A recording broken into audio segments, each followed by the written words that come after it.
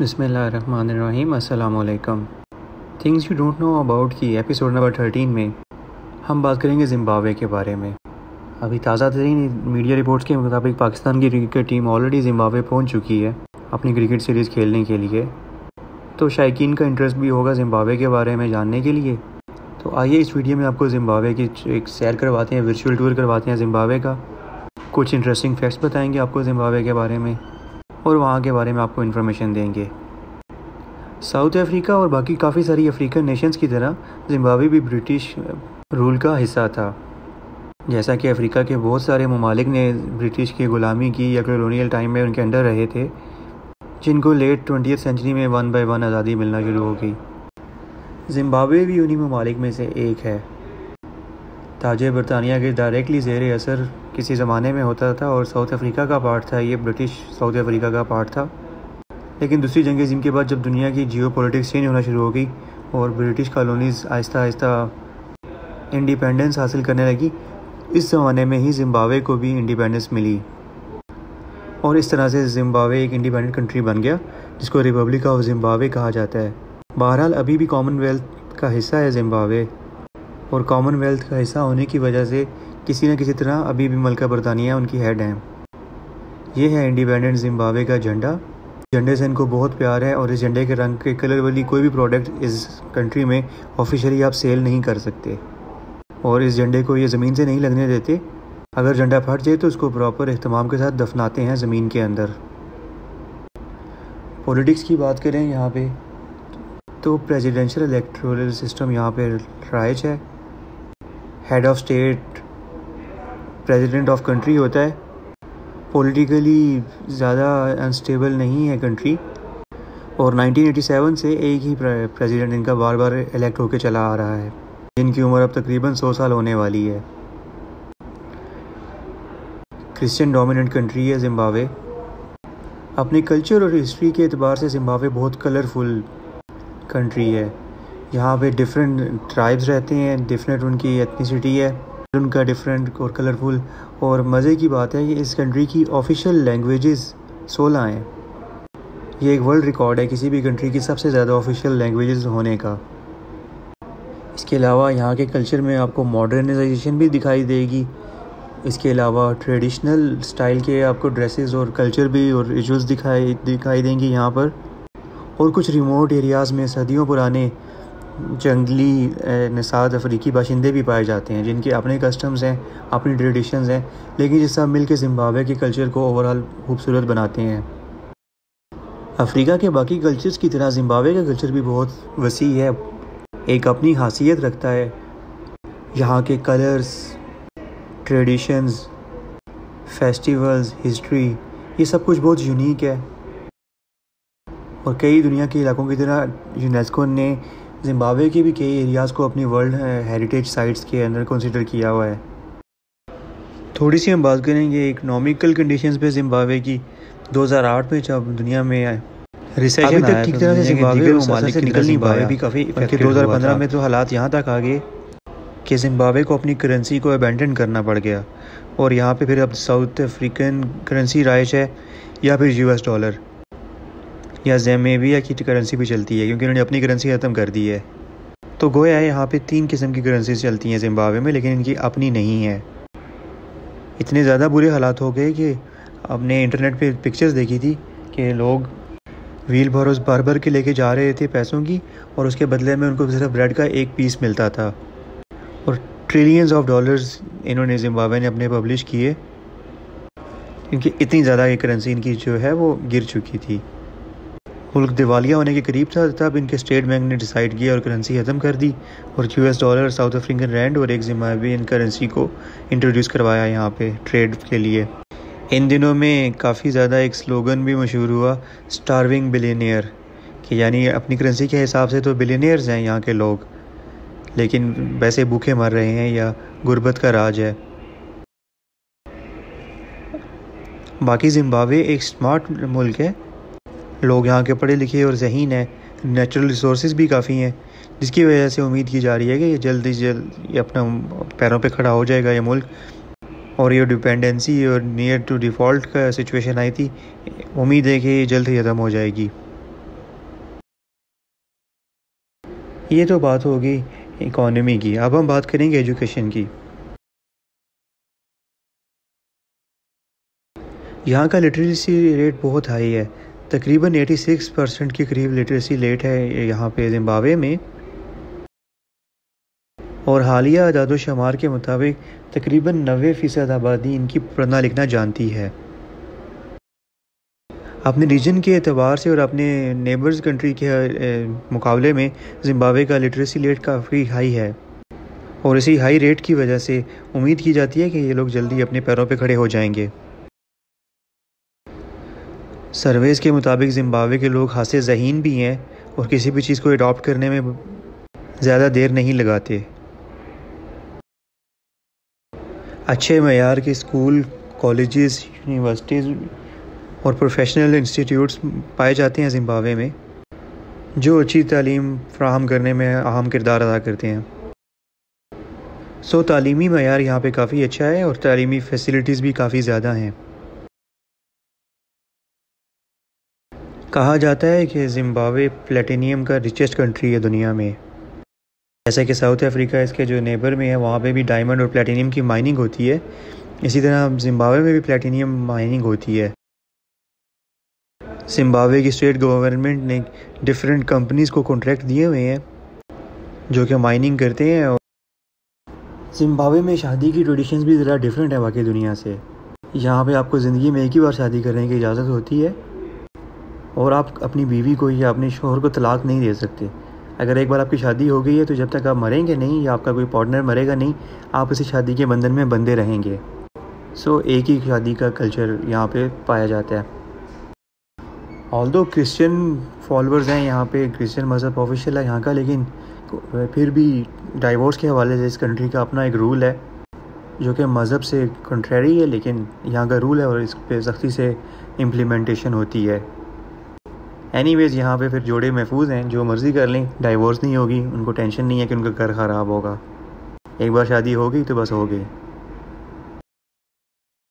हम थोड़ी सुपरस्टिशंस की बात करें तो इनके कल्चर में मरमेड्स का कॉन्सेप्ट बहुत ज़्यादा पाया जाता है। ज़िम्बाब्वे के लोग अपनी काफ़ी खुशकिस्मतियों को और काफ़ी बदकिस्मतियों को मरमेड से रिलेट करते हैं। मिसाल के तौर पे भी हालिया कुछ अरसे में 2 लड़के दरिया में डूब के मर गए, तो लोकल अफराद ने उनका इल्ज़ाम भी मरमेड्स पे लगाया। इनके फोक स्टोरीज़ के मुताबिक काफ़ी लोगों का रियल टाइम एनकाउंटर हो चुका है मरमेड्स के साथ, और इनके मुताबिक मरमेड्स अच्छी भी हैं और बुरी भी हैं। इन्होंने तो मरमेड के फॉसिल्स भी पेश किए हैं जो कि अभी तक साइंटिफिकली प्रूवन नहीं है कि सच हैं या फिर मैनिपुलेशन है। तो मरमेड इनके कल्चर का एक अहम हिस्सा है जिस पे ये बिलीव भी करते हैं। अगर आप यहाँ की लोकल न्यूज़ फॉलो करें या आप इनके किसी लोकल से बात करें तो आपको पता लगता रहेगा कि इनकी रोज़मर्रा की ज़िंदगी के काफ़ी इवेंट्स ये मरमेड से रिलेट कर देते हैं। यानी कह लें कि एक तरह से इनके लिए किस्मत की देवी या अच्छी किस्मत की देवी है या फिर बुरी किस्मत का कोई पैगाम लेकर आती है मरमेड्स। ज़िम्बाब्वे की ऑफिशियल कौमी एयरलाइन ज़िम्बाब्वे एयरलाइंस है। अच्छा फ्लीट है इनका और दुनिया में काफ़ी कंट्रीज़ में इनका ऑपरेशन भी चल रहा है। लेकिन इनके बारे में एक यूनिक बात आपको बताऊं कि इनमें से बेशतर जहाज़ों में सीट बेल्ट का कॉन्सेप्ट नहीं है, बल्कि क्या करते हैं कि आपको अपनी पैंट की बेल्ट से सीट बेल्ट को बांधना पड़ता है। ये गुर्बत की वजह से नहीं है, ये एक डिफरेंट ट्रेंड है जो इन्होंने अपने कंट्री की एयरलाइन में सेट किया हुआ है। बहरहाल इसकी कोई ऑफिशियल एक्सप्लेनेशन नहीं है कि कैसा क्यों किया गया, लेकिन जो एक यूनिक प्रैक्टिस है जो कि दुनिया में कि और किसी एयरलाइन में होती है या नहीं होती, कम से कम मेरे नॉलेज में नहीं है।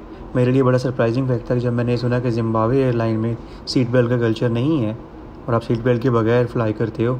अगर आपको ज़रूरत है तो आप अपनी पैंट की बेल्ट बांधते हो। तो मेरे लिए ये चीज़ न्यू थी। टूरिज़म की बात करें अगर हम यहाँ पे, तो विक्टोरिया फॉल्स सबसे पहले नाम हमारे ज़हन में आता है, जो कि विक्टोरिया फॉल्स ज़िम्बाब्वे और ज़ाम्बिया दोनों के बॉर्डर पे पाए जाते हैं और दुनिया के सबसे बड़े फॉल्स में से एक हैं। जैसे नायग्रा फॉल्स भी हैं। नायग्रा फॉल्स के बारे में भी यही है कि वो अमेरिका और कनाडा के बॉर्डर पे पाए जाते हैं। विक्टोरिया फॉल भी यूनेस्को वर्ल्ड हेरिटेज साइट में आते हैं। एक और ख़ास बात विक्टोरिया फ़ॉल्स की ये है कि यहाँ पे जब ड्राई सीज़न होता है, यानी सितंबर से लेके दिसंबर जनवरी तक, जब बारिशें कम होने की वजह से पानी का फ़्लो कम होता है, तो यहाँ पे ड्राई सीज़न होता है। जब तो ड्राई सीज़न में आप इसकी क्लिफ़ के बिल्कुल पास जा सकते हैं और रॉक की एज तक जाके वहाँ पे एक नेचुरली स्विमिंग पूल बना हुआ है जिसको फिर डेविल्स पूल का नाम दिया जाता है। ये फॉल्स 1708 मीटर वाइड और 108 मीटर हाई हैं। जिम्बाब्वे वाली साइड पे फॉल्स के एक रेन फॉरेस्ट है और देखने वाले ये कहते हैं कि जो जिम्बाब्वे की साइड है विक्टोरिया फॉल्स की, वो ज़्यादा खूबसूरत है, वहाँ से ज़्यादा खूबसूरत नज़ारे आते हैं। बहरहाल ये विक्टोरिया फॉल्स 7 वंडर्स में भी आती हैं जो कि नेचुरल वंडर्स हैं, लेकिन इसकी ओनरशिप दोनों कंट्रीज़ के पास है क्योंकि ये बिल्कुल बॉर्डर के ऊपर है जिम्बाब्वे और ज़ाम्बिया के। अब रिवायात में ये आता है कि 1855 में पहला यूरोपियन कोई सयाह था लिविंगस्टोन, जो कि इस एरिया में गया और उसने ये फॉल्स को डिस्कवर किया। उस टाइम पे दुनिया में क्वीन विक्टोरिया की हुकूमत थी। क्वीन विक्टोरिया ही जिम्बाब्वे की भी क्वीन थी, तो क्वीन विक्टोरिया को डेडिकेट कर दिया गया। उनके नाम पे ये वाटरफॉल्स का नाम रख दिया गया क्वीन विक्टोरिया वाटरफॉल्स। अफ्रीका के बाकी कंट्रीज़ की तरह जिम्बाब्वे में भी वाइल्ड लाइफ बहुत रिच है। यहाँ की खास एक्टिविटीज़ में वाइल्ड लाइफ सफारी है। यहाँ पे बड़े एनिमल्स आप लॉयन, एलिफेंट, जिराफ, इसके अलावा जियोलॉजिकली और जियोग्राफिकली जो यूनिक फीचर्स भी यहाँ पे पाए जाते हैं और वो भी टूरिस्ट अट्रैक्शंस हैं। हरारे शहर के बारे में हम बात करें तो हरारे शहर बहुत खूबसूरत शहर है।